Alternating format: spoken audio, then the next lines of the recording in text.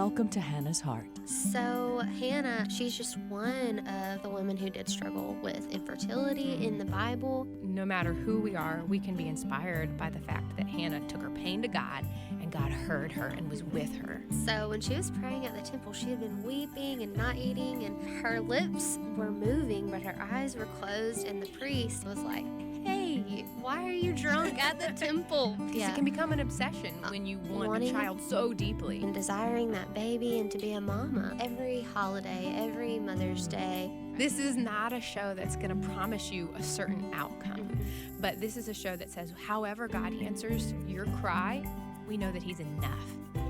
Hey, I'm Anne. And I'm Kendra. And you are listening to Hannah's Heart today on American Family Radio. We thank you so much for being here with us again, or if you're brand new, we thank you for joining us for the first time today. We are a show. You want to tell them? Yes, for couples who are struggling with infertility or maybe miscarriage, or you've lost a baby. That's how the show started, because that was our journey.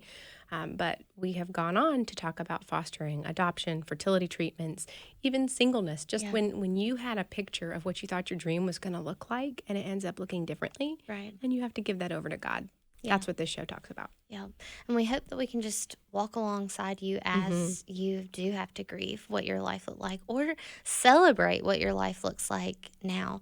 We hope to be with you every step of the way. So thanks for being here today. Today, I'm excited to introduce our guest. She's on the phone with us today. We talked to her a while ago, and I have followed her story for a long time now. Ashely is on, and Ashely, are you with us right now? Yes, hello. Thank you for having me. Yeah, can you say your last name for me? It's Oliger. Oliger. Okay, I was about to say it, and then I was like, I'm scared I'm about to butcher her last name. So Ashely Oliger. Okay. Everybody says it with an N in it, and so I'm used to it. Oh, that's funny, because, I think I was about to do that, like Oplinger or something like that was about to come out of my mouth. Okay, so I'm glad to have you with us today. You have just been an inspiration in my life, even before child loss was a part of my story. And so I'm just thankful to have you on today, for you to get to talk about your walk through loss, and we have some exciting news about a book coming out, and so we'll get to that in just a minute, but I'm just glad you're here. Thank you for having me, and thank you for all that you both do and sharing gospel hope to grieving moms through this radio program. Well, thank you. We're glad to be here. Well, if you don't mind just getting started, just tell us kind of what your life looks like right now, and then what your story of loss is. Yeah, so as you said, my name is Ashely Oliger, and I live in Wichita, Kansas, so I'm right in the heart of America, and I was born and raised here, and I've been married for over 10 years now, and when my husband and I first got married, we were expecting shortly thereafter. We ended up having a honeymoon baby, which was just such a blessing, because I have PCOS, and I was expecting that whenever we were going to start trying, I thought we would have infertility issues. And so it was just like this miracle baby. And both of us, we knew that after we were married that we wanted to have children and grow a family. And so it was just this unexpected blessing of, wow, my body, and, God just gave us this gift. And so we were already starting to make a nursery and buy clothes and just so excited. And then around 13 weeks, I was at work. I used to be a speech language pathologist. That's what my master's is in. And I was at work, and I just started having really heavy bleeding. And one of my coworkers rushed me to the emergency room. And this was 13 weeks, 4 days, I think. Goodness. And at that point, they said they did an ultrasound. They saw that my baby, because we didn't know it was a girl yet, they said, your baby is alive. We see the heartbeat, but you have bleeding all around your womb, and there's about a 50% chance that you're going to miscarry because you have a subchorionic hemorrhage. And so they said the best thing you can do is just go home and be on bed rest and take it easy. And so I went on leave from work, and I literally spent 11 weeks in bed. I left my house for a couple of high-risk doctor's appointments, and my mom took me to a store and pushed me around in a wheelchair once. But besides that, I basically was on the couch or in bed just trying to take it as Wow. easy as I could because there was nothing else that I could do. And I felt like as a mom, I just wanted to protect my baby. And, Mm. the doctors were saying there's nothing you can do but rest. And so that's what I did for 11 weeks. But it was a really hard time in my faith and my grief because there's such a thing as anticipatory grieving. And I know we just Mm. spoke about that, Anne, with your baby's heaven day coming up and Yeah. how sometimes, anticipating that grief can be harder. And so for me, through the pregnancy, we were praying for the best outcome. And we were praying that our baby would be full term and healthy. But at the same point, every doctor's appointment we would go to, they'd say the hemorrhage is growing larger. She's Mm. becoming growth restricted. There's a good probability that she's going to be born too early or to be stillborn. And so we had all these worst case scenarios and just a really poor prognosis. And so we did our gender reveal party at 19 weeks with family. They all just came Mm. to our house, and it was on one hand just so exciting to see the pink balloons, but on the other hand, we were thinking, are we even going to be bringing Mm. home a baby girl, Mm. And so just a lot of mixed emotions of just sadness during that time and questioning, God, why would you allow this to happen? Why are you allowing my womb to bleed and to be so broken and not be a safe place for my daughter? And so I really struggled in that time of just wondering where God was, thinking he Yeah. was forsaking me. We can talk more about that later because that's a part of my book. But um, just that whole journey of walking through that with the Lord and wrestling with those big questions. And um, at 24 weeks, 5 days, I was in bed and I started having really bad cramps and more bleeding. And I basically went into labor and I had a Mm. placental abruption. So the Oh. hemorrhage caused the placenta to detach. And so my mom rushed over because my husband had already gone to work for the day and went to the hospital, and she was born into heaven 30 minutes Mm. later, and she was already in the arms of Jesus.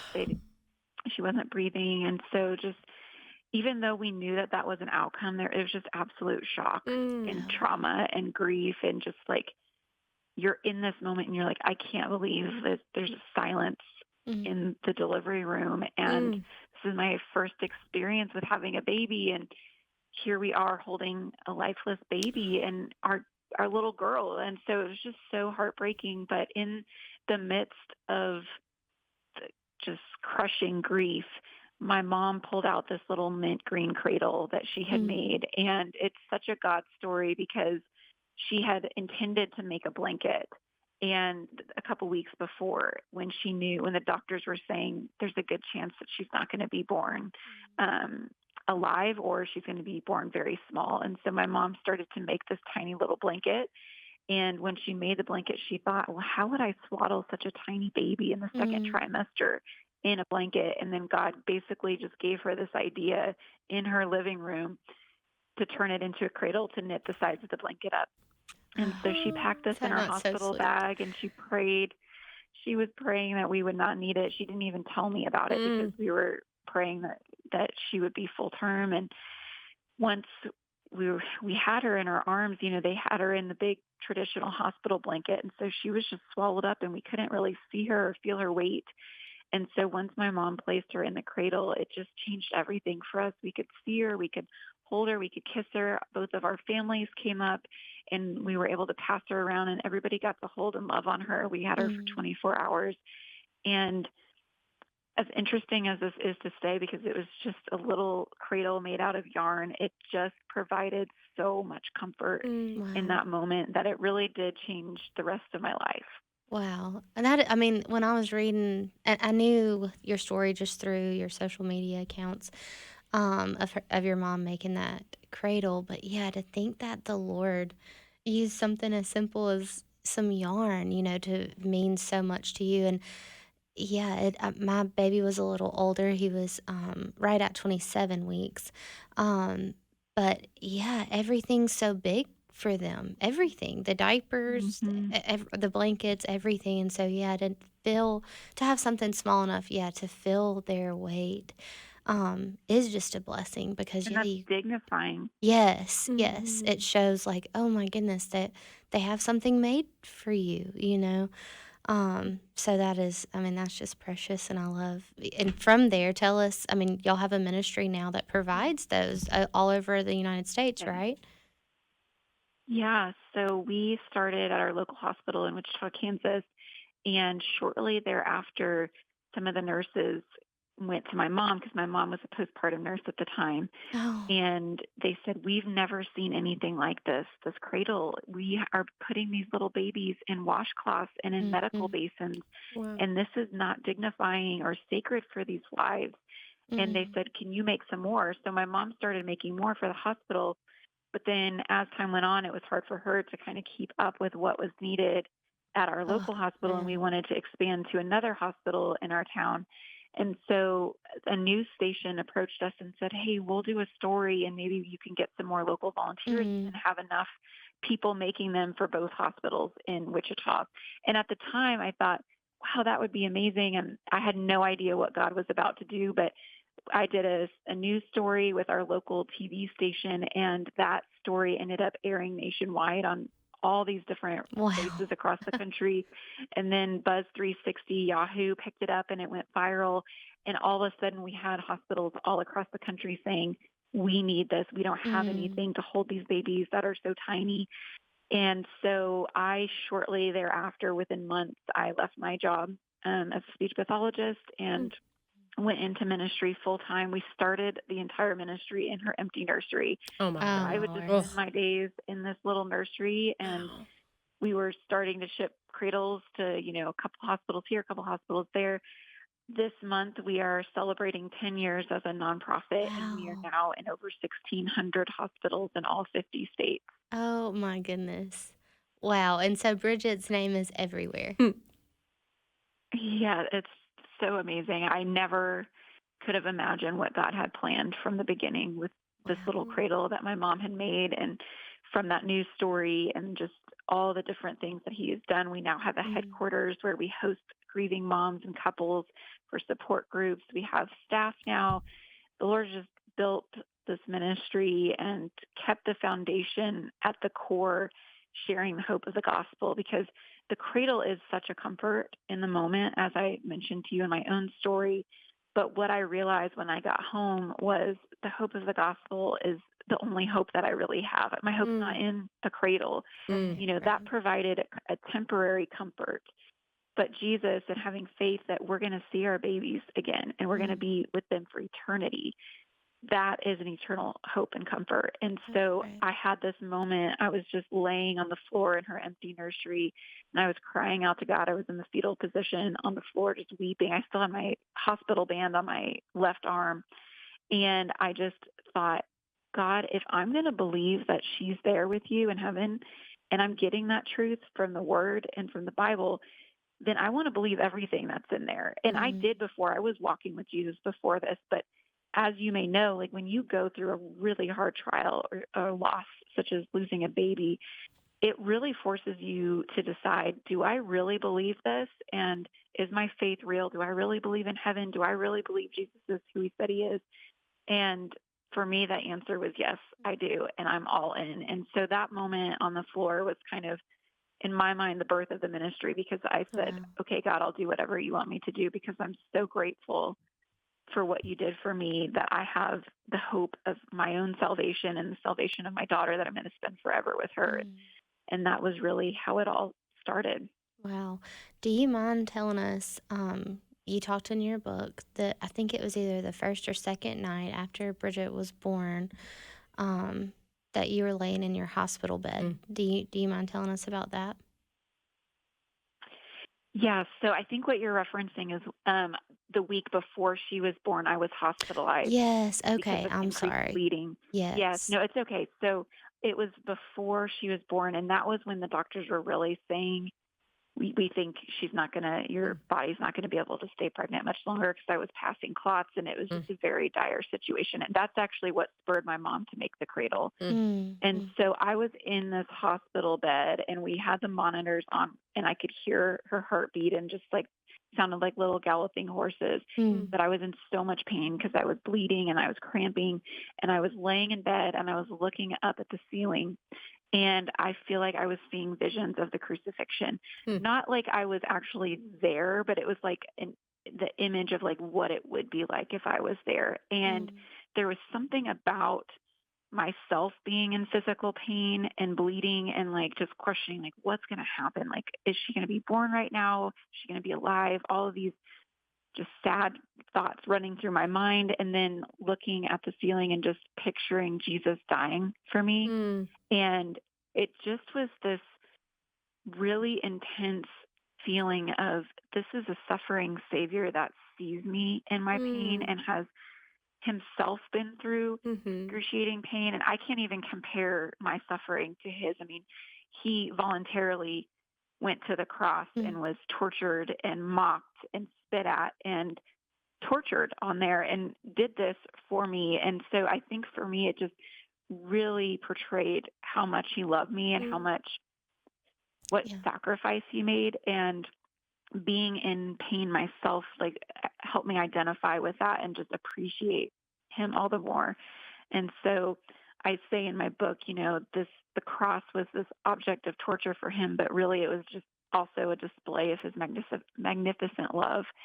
And that's what I felt in that moment, was just his love over me, and that whatever happens, I'm going to be okay because I have him. Wow. Yeah. Do you feel like that did impact you after Bridget was born and obviously she had passed away? Were you able to think back to that moment and feel like, you know, the Lord was able to use that in your healing? Yes. Yeah. So what was so interesting for me was, after she was born and we had her in the cradle and we were holding her, I really had that peace that surpasses all understanding that you hear about. It was so interesting because my days on bed rest, I just was so questioning God. I felt like he had forsaken me. I was like, why, God, would you allow this to happen? Like, every day I'd wake up and there'd be more bleeding. And I was like, God, like, my body is not safe. And my body is supposed to be this place where she's growing and thriving. And I just had so many questions of like, why me, God? Why are you allowing this? And honestly felt like he had abandoned me. And then when she was born and I was looking at her sweet face, and she was just perfect. She was 13 ounces, but she was fully formed, perfect, had little fingernails and eyelashes. And I'm just gazing on her sweet face and kissing her lips and just thanking God that I'm her mom. And this peace just came over me. It was like, God, you have her. You're holding her. I'm going to see her again. I hate that I'm separated from her right now temporarily because of death, but I know I'm going to be with her forever. And once I am, it's going to be without end. It'll just thousands and thousands and thousands of years. And the only reason I have that hope is because of Jesus. And he just washed his peace over me in that moment. That didn't mean that I wasn't sad. Right. But I also just felt so much love in that moment for Bridget and just gratitude for Jesus. It's hard to describe because it's confusing how you could feel that in that moment, but I really did. I just felt his presence in that hospital room. There's something about those moments that give you confidence for the rest of your life to know that you can trust him. I know when my husband and we had a very, very early loss, didn't have to endure the weeks that you did, but I remember leading up to our loss, saying, Lord, if you take this gift away, am I going to be able to trust you still? I hope, I say my hope is in you, but if it's really tested, would I really stand strong? And I remember just on that worst day, that peace that was there that I've talked about and known theoretically, but then experiencing it is different. And once you, it's almost like you become invincible in the Lord, to be like, world, no matter what you have to throw at me, I've been to the bottom, and I know he's there for me. And I know those listening to this, you might not have gone through a loss yet. It might not ever be this kind of a loss, but you will go through something. Right. And when theoretical knowledge becomes heart truth, just know you'll never be the same.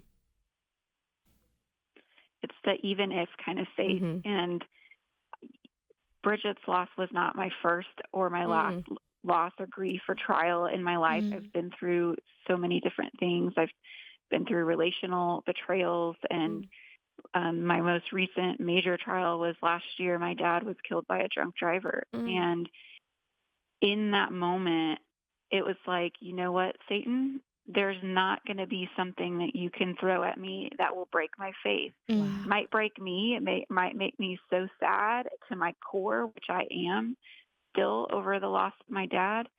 But I'm like, there's nothing that you could take from me or do to me that's going to break my faith. And there's been so many moments in my life where I feel like Satan's thought, oh, this is going to be it. This is going to be it. And it's not. And after we lost Bridget, we had some medical issues with my youngest son, and he was hospitalized. He almost died at a children's hospital 3 hours from where I live. And at that moment, I said again to Satan, that's not going to be it. Like, you cannot ever take me from the Lord's hand. And then after my dad, I thought, well, he probably thinks this is it. And it was. That rocked me to my core, and it's still grieving me to this day deeply. But I feel like now all the more, each time something happens, whether it's a loss or a trial or disappointment, I just keep leaning in more and more, because it's like my hope is that much more in Jesus, because it's like, who else do I have to walk through this with me? What other hope? Who else can promise me to resurrect my dad, to resurrect my daughter, to give me eternity with them? There's no one else. So why would I turn away from my faith? That's so true. That makes me think of what Jesus said to his disciples, before he left. He was like, no one can snatch you out of my hand. Like when God holds you, he holds you close. And man, I can't imagine how terrified the enemy must be of you, Ashely, because he has tried every trick he knows. Yeah. And you're resilient, and you're pointing people to the Father. What a shining light. That's right. Do you mind talking to us just for a minute about how you hold on to joy and sorrow at the same time, and just how you've honored, I guess, both of those things along the way? Yeah. So I have a whole chapter in my book called Holding Both. And the idea of that chapter is when you are experiencing both joy and sorrow. Because so often I think we assume that those are going to be conflicting emotions. Like you can't experience both at the same time. But I talk about in my book how they can be coexisting. And there's so many times in the grief journey where you're going to be experiencing grief and gratitude, joy and sorrow.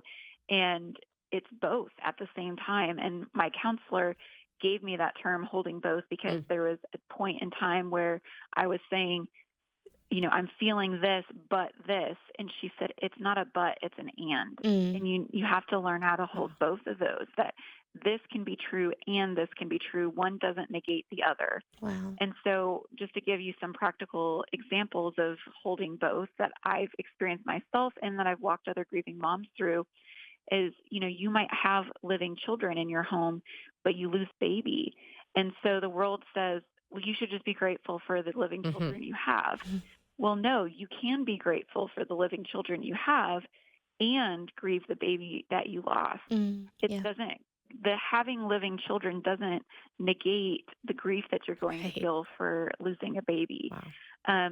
There's a lot of women who experience the loss of one baby in the twins, and the other baby survives. And so it's so bittersweet, because on one hand, they have this baby that's been born and that they're raising and celebrating, but then the other baby went to heaven. And so it's a holding both, because every milestone that their living twin has, it's just a reminder of, well, there should have been your sister or your brother. And that's holding both too.